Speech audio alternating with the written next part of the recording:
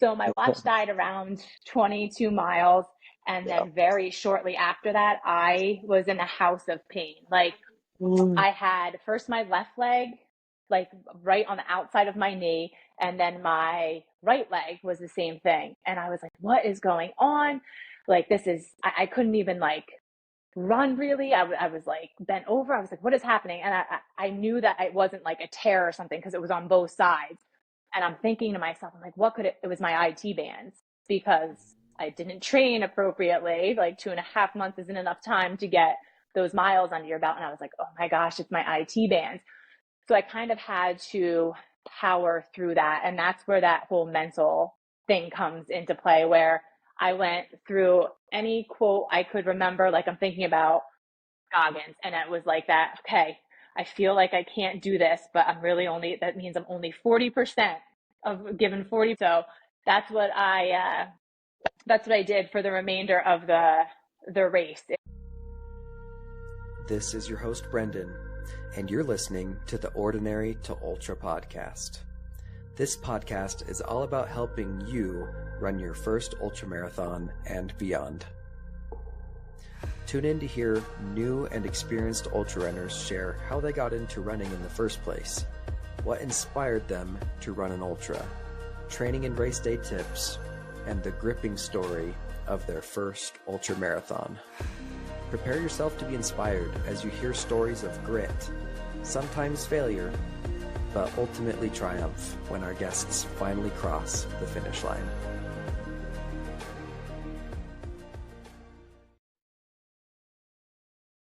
Hey, Jamie, thanks so much for being here today with me on the Ordinary to Ultra podcast. I'm so excited to learn about you and your story.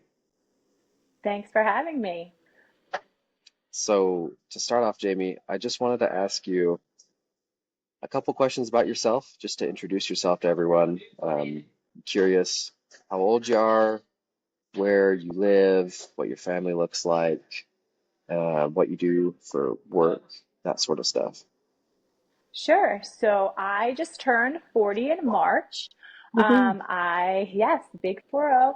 I have been married to my husband for almost 15 years. We have three children, a set of twins, boy-girl twins that are 13, and then my youngest is 11 and he is a boy. We live in Warren County, New Jersey, and I'm super lucky. I live pretty much right at the base of the Appalachian. It's 2 miles to a trailhead for me. So that really helped aid in my training for my race. And I'm a personal trainer. So that's why I went back to Oh, school after I had my children, because my job before was not really conducive to raising a family. So I went back and I have been personal training and doing some nutrition stuff for about 8 years. sweet. Yeah. My wife is also a personal trainer, so Oh, it's really? fun. Yeah, and she totally Nice. does it because yeah, it's like totally easy, well, easier for her to do personal training um, between our baby, our kid, and Yes, we're a growing family. So I get that. That's really cool. absolutely. And probably super helpful as you're like training for ultras. You know the things you can make. I don't know. You make your own plans, maybe. Did you make your own plan? Well, this was like a spur of the moment decision. Sort of So I thing. didn't Oh, that's really right. have a super steady plan, but lifting plans and stuff like this was Yeah, really on a that's your whim. jam. Okay, cool. Well, we can get into that a little bit later. Fun teaser. Um, but that's sweet, and it's so sweet that you live 2 miles from the trails. What? Yes. Do you like run to the trail? Like you don't even drive, or do you like drive or ride to the trail or something? Yeah, it just depends how many miles I'm doing for the day, but a lot of times I'll run to a trailhead or I'll be dropped off at the trailhead and then run home. So it just depends, but I do both. Super convenient. I am slightly jealous. No, Yes. definitely jealous. I mean, I got a 10-minute drive. Like it's not that bad, Not bad. but Yeah. it would be even easier. No complaints. Okay, Jamie, I'd love to know when your running journey started. whenever that was, and what spurred you to start running? I grew up in the very active household. My parents were both phys ed teachers. Our vacations, like my first time to Disney was with my own children. Our summer vacations were to the Adirondacks.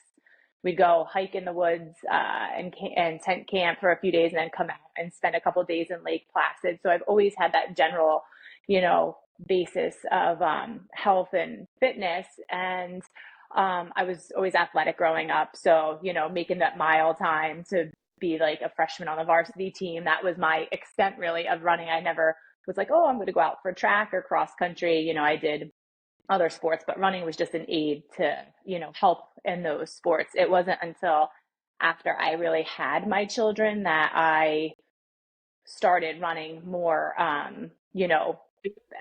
almost every day with the kids. I'd put them in a, double stroller, my twins, and we'd head out for an hour or two just more for my peace of mind than anything. But that really started my, kind of journey with running.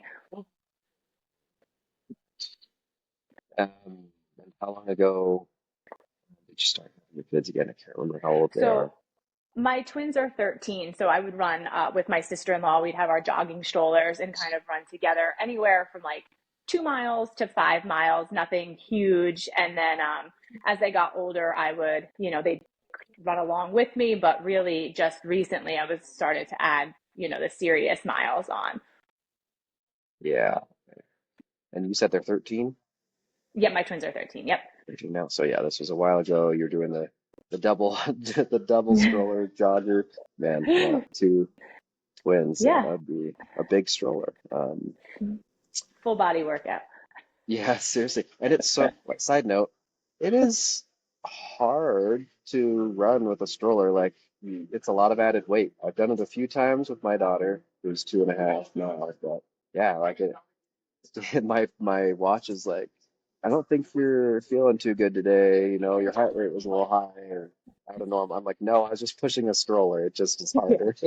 Yeah, no, it is. It's a good workout for sure. Yeah.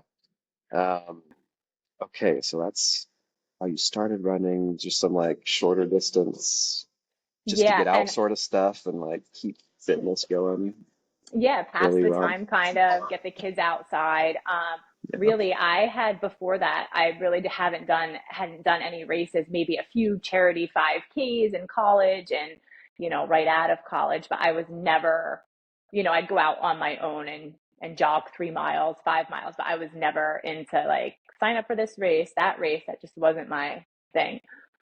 Yeah. So that was the start. And then when when did you start signing up for races? I mean, did you sign up for any road races? Like, is that how you got into it? And when did that happen? So, true confession, my first race besides those couple of 5Ks was my first ultra, which Let's was 2 weeks go. ago. Um, and that was kind of Let's on a go. whim. So my first race besides those couple of 5Ks was a 60K with 7,400 feet of elevation. So that's how I Oh threw my myself into this. goodness. Okay, that's okay because you don't Yeah, necessarily need to have done races that were more. I'm like curious now. Okay. Before we talk more about your ultra, what led you to sign up for that? Like, sure. yeah, So I was yeah, probably like I said, I always like hiking. I bring the kids up on the trail all the time. My husband, my parents go with us. And that was always just hiking. And then I stumbled upon some Facebook groups that were more geared to trail running. And I was like, oh, that sounds better than road running for me. I love being on the trail. So that kind of started my interest. And I think it was like 2 years ago, I got my first pair of trail runners and I started to run the Appalachian.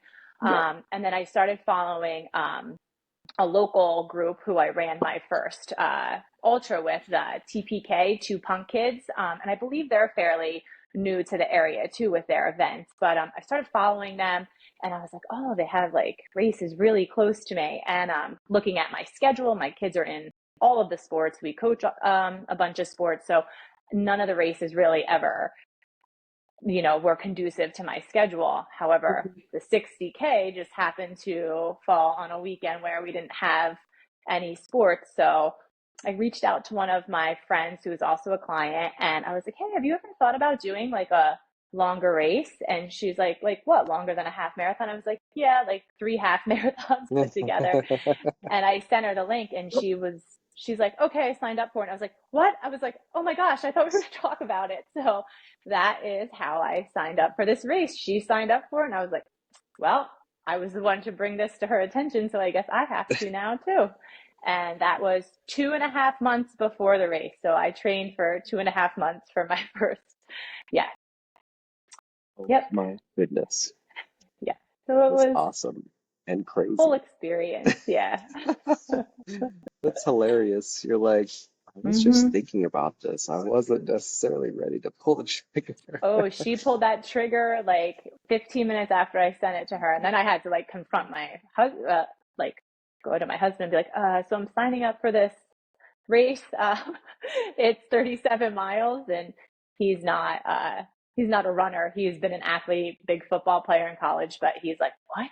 Like totally didn't understand. So had to get him on board. Yeah, I mean, that's a long time. It's pretty crazy. It's a long race. And did you have you've been trail running already, right? You said you've been trail running for like the last 2 years. Um, what was like the longest run you've done before this ultra? So on the trail, the longest run was probably about 9 miles. I had run like 13 miles once or twice, like on my own on the road. So I knew that I really needed to up my mileage probably way quicker than you're supposed to.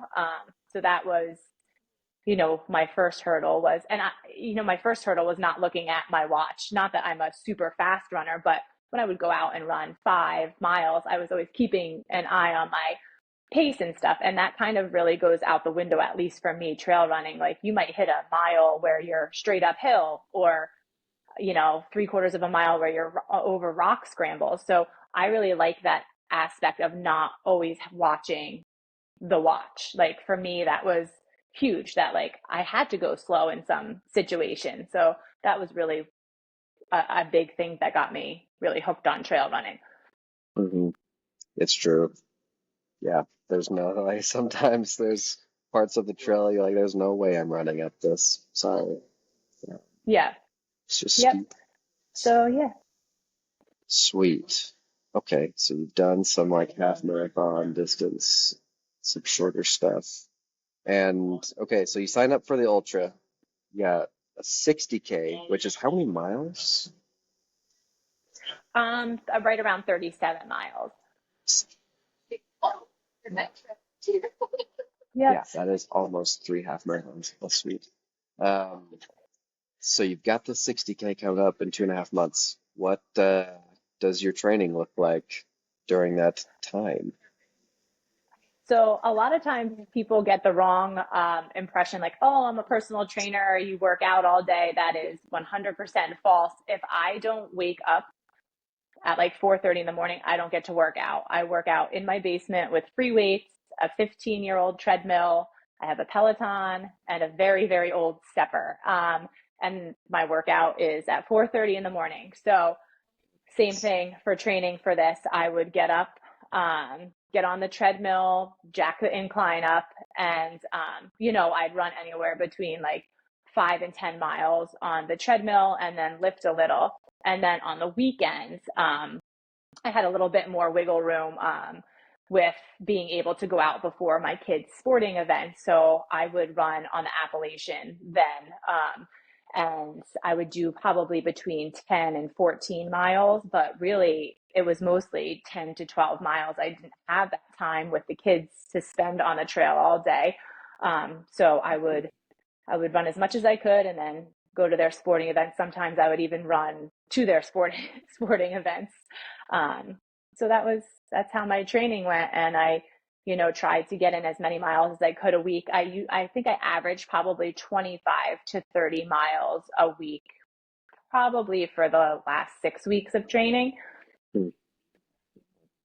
And a short amount of time, did you have like a small taper? Or yeah, like a week or Yeah, two before very maybe? small. Yeah, just like the week before, I went out on like a couple of 2 or 3 mile runs, and did a lot of stretching, for that. But yeah, there wasn't much time for a taper in a week, and I had no plan. Like I just ran when I could because I felt something is better than nothing. With everything that I have going on here with my family, I just was, if I could get up and get downstairs and do 6 miles, great. If I could fit in 8, great. If I can only get 4, fine. Something's better than nothing. That was kind of my mentality through this whole thing. Well, I love that. I love that a lot because, yeah, mom life, like duty calls, you got to be there. So you get in what you Yes. can, and that's okay. It doesn't have to be perfect. And so I'm glad you just did what you could. Yeah. I like running similarly. Like, um, I have sort of scheduled days I run, and I get those miles in, but there's no pressure. It's Yeah. the more I run, the more prepared I'll be, but I'll probably be able to finish it either way. So just just do what you can. Yeah. Exactly. Um, that's sweet. So that leads up to race day. Um, I was going to ask too, since you're a personal trainer and you know how to weight lift and you've got those skills, did you do a lot of leg strength training during that time? So I had the basis for that. It was like the strength training had pretty much been there. It was really just Okay, increasing the miles for me. okay, I did lift a little bit less during my training just so I could get more miles in because I only had that like hour and a half in the morning before I had to get my kids up for school. So I kind of maybe only lifted 20 minutes and then I could run for 45 minutes or an hour. But yeah, I kept, I pretty much did like the full body, one day upper, lower. I did do some more heavier squat type stuff, to try to prepare my legs. But around here, even if I'm road running, there's significant inclines and stuff. So I feel like that really helped me, as well. yeah. Well, that's sweet. You're an inspiration being good at strength training and because I think that's something that a lot of runners that I've talked to, a lot of runners struggle with. Is we're like, I just want to be outside. Run. Yeah, I could totally see that. Definitely. Yeah, it is. You got Yeah, to find that balance. yeah. Well, we'll see how my first 50K goes, and if I suffer too badly, then maybe that'll be the Oh, sign you're that I going to need to do do strength great. That's training. so exciting. That's exciting. Thank You'll you. do Yeah, great. yeah. Thank you. Yes, it's coming up in August, so that'll be really fun. Um, okay, it's race day.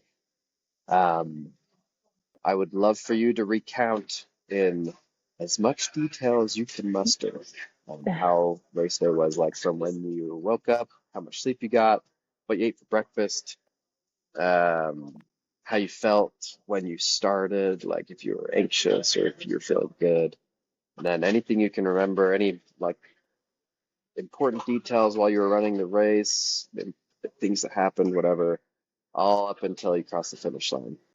Um, All right. you're all about it. Sure. So, the day before the race, we went for early packet pickup, my friend and I, and we got our bib numbers and everything. And the event organizer was the one handing them out, and we kind of were like, "Oh, this is for both our first, ultras." And he kind of looked at the other person at the table and was like, "Oh, you picked a good one." And they kind of chuckled, and I was like, "Oh no." So, I had that in the back of my head all night. Dang. So yeah, you don't realize how much stuff too. Like I listened to podcasts and I watched YouTube, documentaries on ultra running, and it's like, oh my gosh, you need to pack so much stuff. Like the food thing, the nutrition thing was all new to me. Running and eating, I was like, oh boy. So I kind of messed around with that a little bit during my training just to know what my stomach could handle, but a lot of stuff that I had heard was you don't want some of the stuff that you think you'd want. So I had like a grocery store with me. I had like olives for the salt and potato chips and the goos and the energy salt tablets and little energy jelly beans and chicken noodle soup and pretzel, like everything that you could think of and I probably ate like not even a quarter of it, like didn't even open it. So I had to pack all that stuff up, and there was a 60% chance of rain. So I had changes of socks, shoes, clothes, so all that stuff had to be packed up. And my husband he was like, I'm going to take you. I want to be able to set you up with a pop-up. He was coming back to take the kids to their sports and everything. And they were going to come much later to cheer me on. And my friend's boyfriend went with us and stayed the whole time, which I was like, oh, I don't need like a crew. I could fill my own water. I recommend to anybody, have at least one person there, because that like 1 minute where you take your vest off and that person can fill up I had liquid IV in my front two little bottles. And then in my back, I had water. So just for him to do that for me, and then I could be like, what do I want to pack to eat? Like, and just take a couple breaths was invaluable. Like, I didn't know how much I would appreciate that. So that was something that I learned. So we got there, we set up, the pop-up tent, got all of our stuff out. And then, when the race started, my friend and I started together. So how this race was set up was you started at one base camp, and it was 5 loops, and each loop was between I think 8.8 miles all the way down to 5.5 miles. And each loop had anywhere between, I believe, 1,200 feet of elevation gain to 1,700 elevation gain. So everybody started on the same loop. They didn't tell you which one until the day of. So they had the map, and then they were like, everybody's starting on this color loop. So we all went out together. And then it was kind of like a choose your own adventure after that, where you came, and so after it was an 8.8 mile loop, the first one, and you went out, you ran or power hiked up the big vertical. And at the end of that, before you came back, was a piece to your medal. So this medal was a custom wood medal. So the yellow loop had a yellow little triangle with a little carving on it. And when you collected them all, they glued them into your medal, and it made this beautiful custom, it's a beautiful medal. So that was really neat. So you went out, you got that, you carried it back. They put it in your little slot so they knew you made it. And then you put a sticker on for the next color that you chose. And that's the loop. So if you then picked red, you would run out, do that, grab the little piece that they had out there, carry that back. And so that's how they kept track of everybody. So that was really, really cool. So we started all out on the same loop. And my friend and I ran together, I think for the first probably 7 miles. Then we went off on our own. It's pretty hard to run with somebody. It's nice to have them there to pass and be like, how you doing? How you holding up? You could share one crewing center, but it's pretty hard to stay with somebody for that amount of miles. So we kind of split around 7 miles. And, then I felt really, really good for about 22 miles. And my watch, I don't have any fancy running watch. Of course, it's 2.5 months preparation. I only have a 5-year-old Apple Watch. So my watch died around 22 miles. And then very shortly after that, I was in a house of pain. I had first my left leg, right on the outside of my knee. And then my right leg was the same thing. And I was like, what is going on? I couldn't even run really. I was bent over. I was like, what is happening? And I knew that it wasn't a tear or something, because it was on both sides.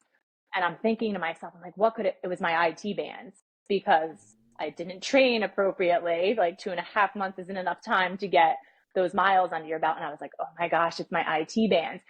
So I kind of had to power through that. And that's where that whole mental thing comes into play, where I went through any quote I could remember. I'm thinking about Goggins, and it was like that. Okay, I feel like I can't do this, but that means I'm only 40% of given 40%, according to him. I still have 60% in that tank.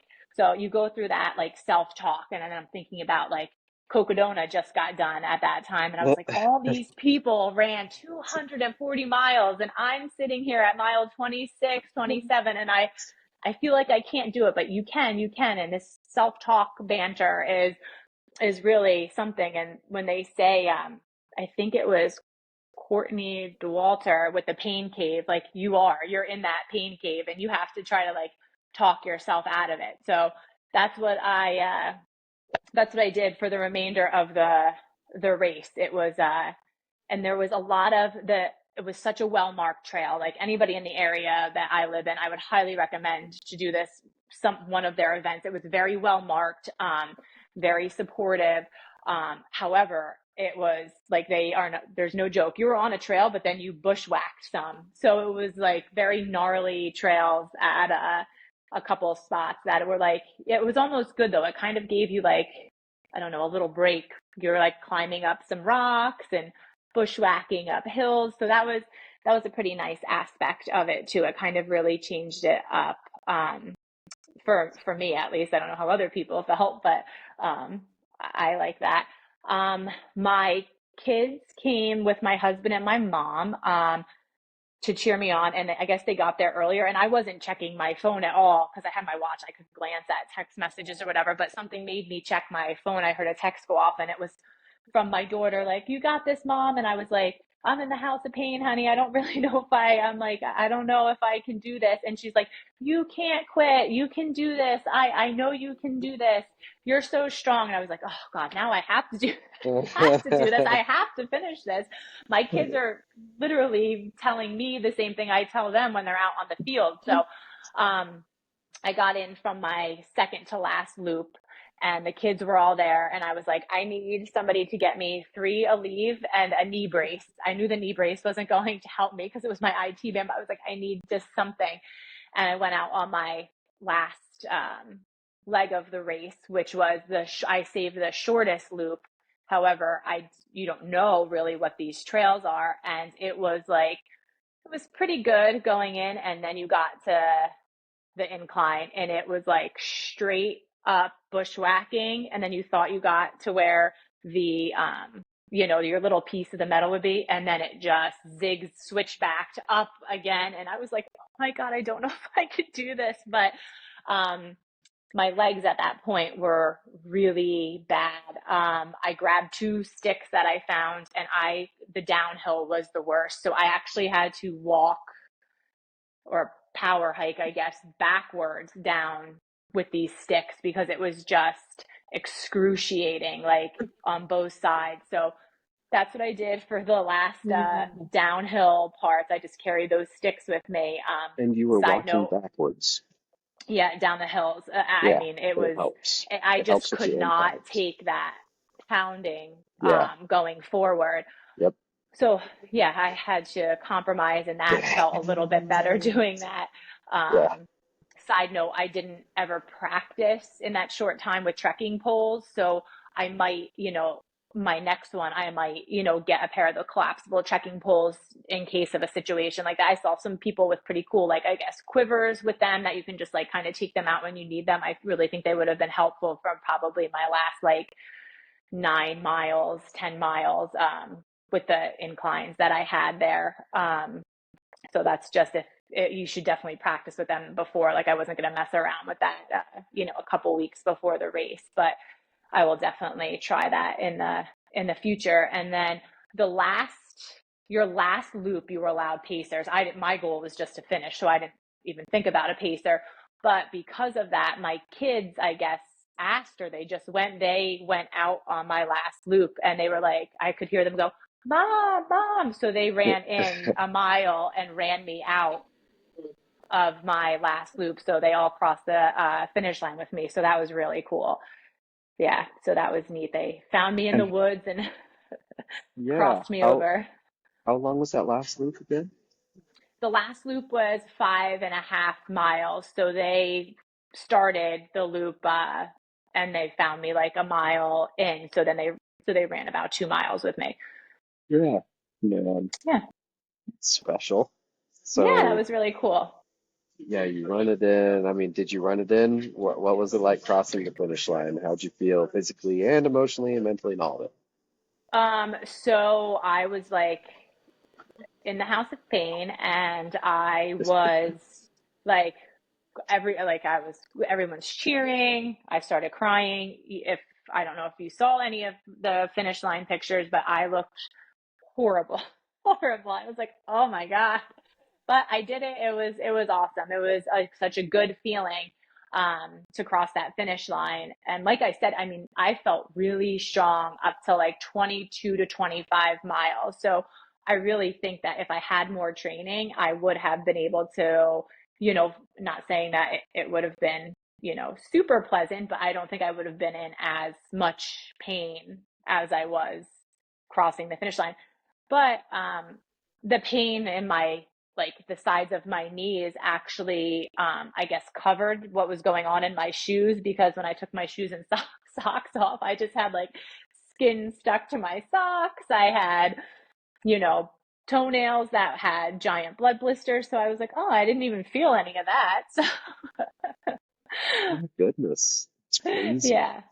But again, I trained in the socks that I was wearing the whole time, and they were great for my 14-mile runs, but I didn't do over that. And I didn't do like a Saturday 14-mile, a Sunday 13-mile run. So next time I know to do that and try different socks out. So yeah, it was an experience. I don't have any regrets. I, finished it. I don't have regrets on signing up that late for it, but now I know, like I learned a lot from that process. Yeah. Yeah. I just imagine, with 6 months of training, like maybe the IT bands wouldn't have been a problem. Like Yeah. I Yeah. know that pain too. I get I haven't had that pain in a while, but we'll see what happens with this again. When I would hike, I would always get the IT band issues because my knees would hurt so bad, and I'd be like, "Why do my knees hurt so bad?" And Yep. IT bands. Yeah. So I Yeah. I feel like that might be my like Achilles heel for any of my races coming like that I decide to do. So I just have to really like try to strengthen that and stretch the muscles around the IT band. But yeah, now I know, and I would probably, work a little bit more on my nutrition as well. There was some surprising things with that I was like, "Oh, okay." Yeah. Did your stomach do fine during the race? Yeah, I didn't really have stomach issues. It was just willing myself to put something in my mouth. Like I was okay with the Mm. electrolyte drink. And so in the morning before the race, I choked down like an English muffin with peanut butter, and then I drank Tailwind on my way to the race. And then I had, like I said, the liquid IV in my front pouches and water in the back. And I did okay with drinking. It was a very humid day. So I felt like I just had that natural thirst anyway. Um, but it was more like willing myself to eat. Like at one point, I took like a goo out of my vest and I just ran with it for like a mile. So then it was like hot goo that I had to try to suck down. Um, but yeah, I tried different things. Nothing was really appealing, I guess trial and error, and you have to force yourself, I guess, at some point to just chew something down so you don't bonk. But um, the most shocking thing for me was when we got home, my mom had, made dinner for us here, and I sat down and I like took one bite, and I was like, I don't feel well. I'm like, I can't eat. Like I thought I would be ravenous right after the race. Yep. I couldn't eat that rest of that night. Like that was very surprising. And I had like almost like an acid reflux feeling, but it wasn't. Like it was just like a pit in my stomach and I couldn't eat. But that went away the next morning. All bets were off. I ate Oh, a you were lot the a next day. Yeah, I was like, I like woke my husband up. I was like, "Can you go get me a Taylor ham, egg, and cheese from the deli?" And he's like, "What?" I was like, "Please, I'm starving." So yeah, the next morning I was fine.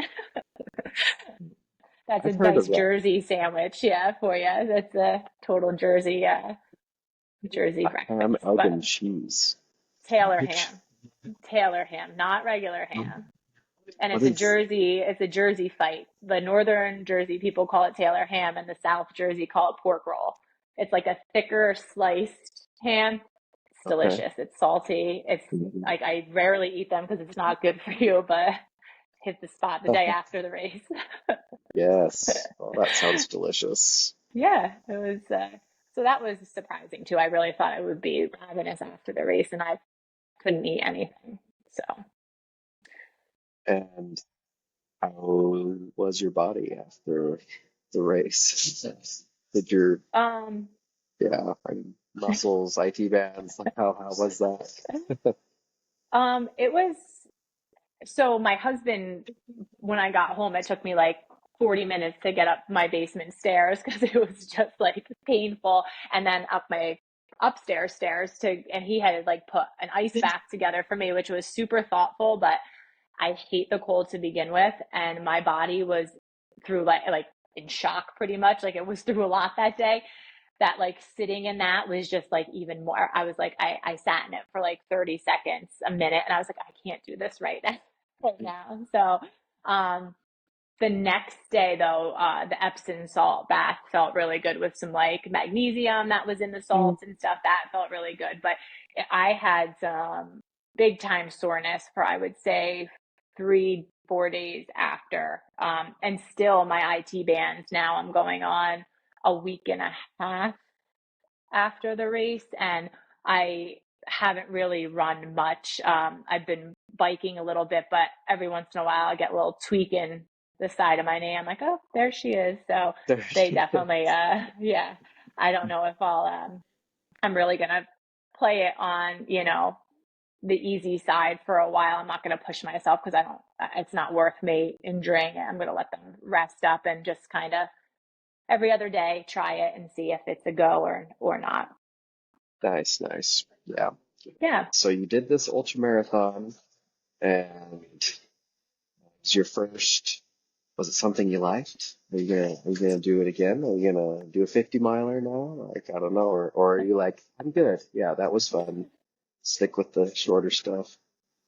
So I did. I liked it. And like I said, up until that like 25-mile mark, I was good. And I just think that I need to really plan plan next time. I don't know if this was like I turned 40 and this was like my midlife crisis. I don't know if that was like signing up for a race. I'm not sure if that's what this was, but it was it was nice. I definitely have zero desire to do road races after that. Like my mom's like, why wouldn't you just do a marathon now? And I'm like, I don't want to run on the road. I'm like, maybe a trail marathon, but like, I don't have any desire to um, do road races. Like, I'll train on the road around here. Like I said, there's like some nice elevation, but so I think I was looking on the ultra, website and looking at some races. I probably won't do anything until the fall, but I definitely want to do something. I don't think I will do a 50 miler anytime soon. I'm not going to say never, but there was some like 50Ks, in the fall around my area. So I might do something like that. And then I don't know, maybe I'll tackle this one again next year and see if more preparation, helps me, maybe have another. My goal this time was just to finish. So maybe next time I'll be like, if I can knock an hour off my time or something like that. But yeah, I really enjoyed it. I learned a lot. I learned a lot about myself. Self-talk is definitely real.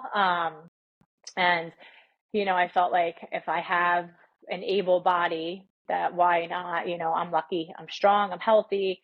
Go out and adventure, go on some adventures. So yeah, I definitely think there'll be more in the future. Nice. That's cool to hear. Yeah. And thanks for sharing. And thanks for sharing everything, and especially even what was going through your head and how you talked to yourself. That was a great example of what we could do, those listening, to get through the pain cave, right? give yourself some positive self-talk. Um, Goggins did it, so you can too. We did it. Jamie did it, so you can do it too. Exactly. Yeah, I love Goggins. He's like so inspirational and so crazy at the same time. Yeah. Yeah, it's some of this stuff is wild. I mean, everybody when you look at these, listen to the podcast and the YouTube documentaries, you're like, wow, these people are really wild. But yeah, I learned a lot from them. I mean, hopefully someone can learn from me. And I don't want people to hear like, oh, she's a trainer, she's got a leg up. Really, I am a mom. I don't train incessantly. Like I can't tell you the last time I worked out in the gym that I work at, like maybe for 10 minutes while I'm waiting for a client to come, like I'll mess around, but really I work out early morning in my basement with the bare minimum. So I'm not some, super, I am competitive, but not some super like athlete that's out there pounding the pavement every day and, spending ridiculous amounts of time in the gym. I mean, I wish I could, but that's not practical for my life right now. So Yeah, you can do this, if you have the right mindset and, you can get, if you have an hour or two a day, I think that anybody can do this if you put your mind to it. I mean, super well said. Um, Thank you for sharing that. Usually I ask for like a last advice, but I think that was it. Like, you can Yeah. do it. You can put in the time. Just put in the time and do it in your basement. The fact that you did have like a lot of your training on the treadmill and like you're still Yeah. able to do this thing, like Yeah. make it happen. Yeah, no, Sweet. you can do it. Um, Anybody can. And my only other advice would be definitely nail down the nutrition a little bit, like just experiment on your runs because I could see I was lucky that like I didn't have an adverse reaction to like the goos, but some people, so that's what was my primary thing and some of the stinger waffles. Hmm. But yeah, I would mess around with stuff for nutrition if because it is you definitely do need that and yeah, you can run into some stomach issues if you don't practice with that beforehand. Yes, yeah, yeah. You are lucky that didn't happen. Yeah. Have interviewed people who do have it. Yeah. Anyway. Well, that's cool. Thank you. Thank you, Jamie, for sharing your story today. And I look forward to seeing where you go, what you do in the future. We'll have to keep in touch. Yeah, maybe we could even have you. We've got a Facebook group. Maybe we can have you join in there so we can see what you're doing in the future. Sure. Right. Sweet. Yeah, that'll be great. And good luck with your 50K. That's super exciting. You're gonna do well. Thank you. Yep, that's coming up in August, so I'll probably have my own episode for myself at that point. It'll be sweet. Thanks for your tips. Everything you said today will help me. I Yeah, appreciate no, it. absolutely. Yeah. Hey, your host Brendan here. I just wanted to thank you personally for listening to today's episode. As someone preparing for my own first ultramarathon, I've found these conversations to be super valuable, and I hope they are for you as well. Whether you're listening on Apple, Spotify, YouTube, or somewhere else, make sure to follow or subscribe so you know when the next episode comes out. Also, make sure you check out the show notes of this episode. There's a link to sign up for the Ordinary to Ultra email newsletter, to join our Facebook and Strava groups where you can meet other people striving to run their first ultra marathon, and see any links that our guests may have provided as well. Thanks again, and we'll catch you in the next episode.